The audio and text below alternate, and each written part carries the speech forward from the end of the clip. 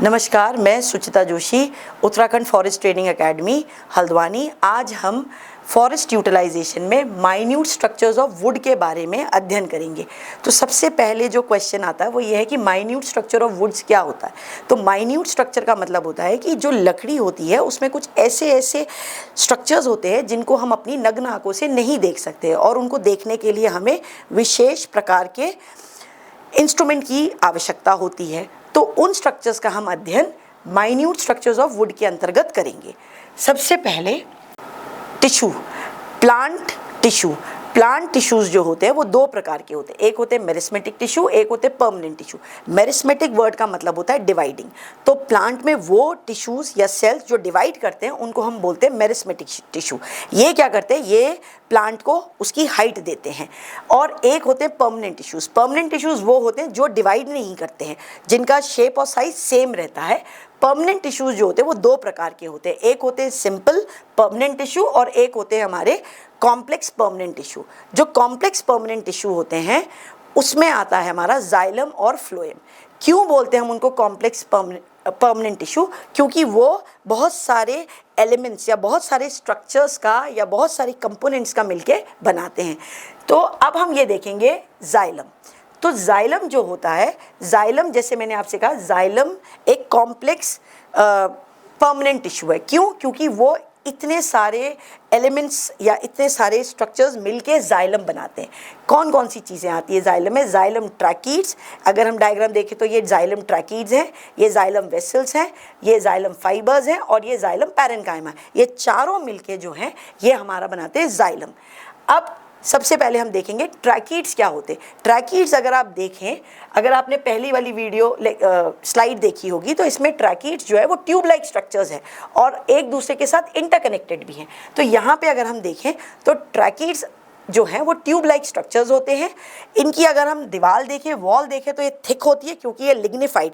इसमें क्या होता है, लिग्निन का डिपोजिशन होता है जिसकी वजह से थिक होती है, और ये एक दूसरे से कनेक्टेड होते हैं ताकि ये कंडक्शन ऑफ वाटर और वाटर को एक दूसरे में ट्रांसपोर्टेशन में भी हेल्प कर सकते हैं।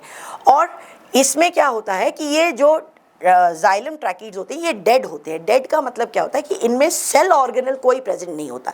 क्यों? क्योंकि इनका मेन काम जो होता है वो conduction of water and mineral से होता है, इसलिए सेल ऑर्गेनल की ज़रूरत नहीं होती, वो तो और ब्लॉकेज कर देंगे, इसलिए ये डेड होते हैं। अब हम बात करते हैं वेसल्स की। वेसल्स जो होते हैं वो भी ट्यूब लाइक स्ट्रक्चर्स होते हैं, लेकिन साइज में जो ट्रैकीड्स होते हैं उनसे थोड़े से छोटे होते हैं और थोड़े से फैटर होते हैं। और ये क्या होते हैं, इनकी भी वॉल्स लिग्निफाइड होती है, मतलब लिग्निन का डिपोजिशन होता है, इनकी थिक होती है, और ये भी डेड होते हैं। ये दोनों वेसल्स और ट्रैकीड्स जो होते हैं they are responsible for the conduction of water and minerals. अब हम देखते हैं जाइलम फाइबर।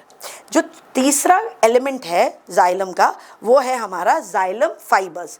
जाइलम फाइबर्स जो होते हैं वो भी, उनकी वॉल भी थिक होती है, ये है जाइलम फाइबर्स। इनकी वॉल भी थिक होती है।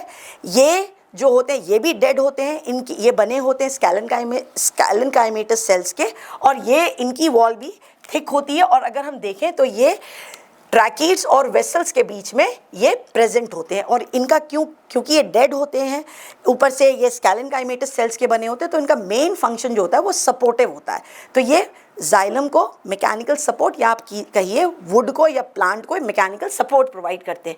अब हम चौथा जो एलिमेंट है वो है जाइलम पैरेन्काइमा। जाइलम पैरेन्काइमा का मतलब हो जाए तो थिन वॉल्ड सेल्स होते हैं।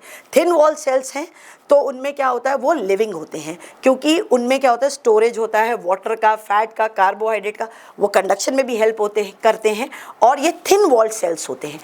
तो ये जो चार एलिमेंट्स हैं या चार जो स्ट्रक्चर्स हैं ये हमारे जाइलम बनाते हैं।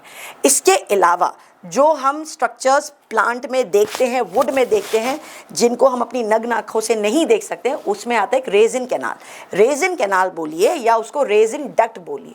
ये जो रेजिन कैनाल्स होते हैं, कैनाल्स क्या होते हैं, ट्यूब लाइक स्ट्रक्चर्स होते हैं। इनकी जो ऊपर की स्ट्रक्चर होता है, ऊपर के जो सेल्स होते हैं वो स्पेशलाइज्ड होके, वो एपिथेलियल सेल्स होते हैं, और वो क्या करते हैं, वो स्पेशलाइज्ड होके रेजिन को सेक्रीट करते हैं। रेजिन क्या होता है, चिपचिपा पदार्थ होता है, वो उसका जो मेन फंक्शन है वो प्रोटेक्टिव होता है। जब रेजिन का सेक्रीशन होता है होता है, जैसे मान लीजिए कोई डैमेज है, कोई यहाँ पे डैमेज हुई है, यहाँ पे रेजिन सेक्रेट हो रहा है, तो ऑटोमेटिकली वो उसको ब्लॉक कर देगा, तो फर्दर डैमेज को प्रोटेक्ट करेगा। और जैसे इंसेक्ट है और बाकी चीज़ें जो अटैक करती हैं प्लांट को, उनको भी अटैक करने से स्टॉप करेगा। तो ये जो रेजिन कैनाल जो होते हैं बेसिकली मोस्ट प्रॉब्ली हम उनको कॉनिफरस ट्रीज़ में देखते हैं। चौथी जो चीज़ हम देखते हैं जो हमारे को माइन्यूट स्ट्रक्चर्स में हम पढ़ते हैं वो है रेज। रेज मतलब जो इनको हम नॉर्मली पिथ रेज बोलते हैं या मेडुलरी रेज बोलते हैं। क्यों? क्योंकि ये अराइज करती है फ्रॉम दी पिथ। सेंटर में अगर आप वुड का ट्रांसफर सेक्शन लोगे तो आपको सेंटर में पिथ मिलेगी, तो पिथ से पिथ है और ये वैस्कुलर बंडल्स होते हैं। वैस्कुलर बंडल्स के बीच में से एक मेडुलरी रेज जाती है जो कि आपकी रेडियली होती है। जैसे ये पिथ है तो यहाँ से ऐसे रेडियली मेडुलरी रेज जाती है, ये पैरेन्काइमेटस होती है, यानी कि ये थिन वॉल सेल्स की बनी होती है। पैरेन्काइमेटस का मतलब ही होता है कि वो थिन वॉल सेल्स हैं और वो डिवाइडिंग होती है, तो ये हेल्प इन डिवीजन और ये रेडियली होती है। ये कहाँ से होती है? ये पिथ से कॉर्टेक्स तक होती है और ये वैस्कुलर बंडल्स के बीच में प्रेजेंट होती है। इनका क्योंकि पैरेन्काइमेटस होती है तो ये भी स्टोरेज करेंगी, जैसे जाइलम पैरेन्काइमा कर रहा था, तो ये भी स्टोरेज करती है, फूड का, वाटर का, ट्रांसपोर्टेशन में भी हेल्प करती है और गैसेस एक्सचेंज में भी हेल्प करती है। तो यही जो है, ये सारे स्ट्रक्चर्स को हम माइन्यूट स्ट्रक्चर्स ऑफ वुड में पढ़ते हैं। धन्यवाद।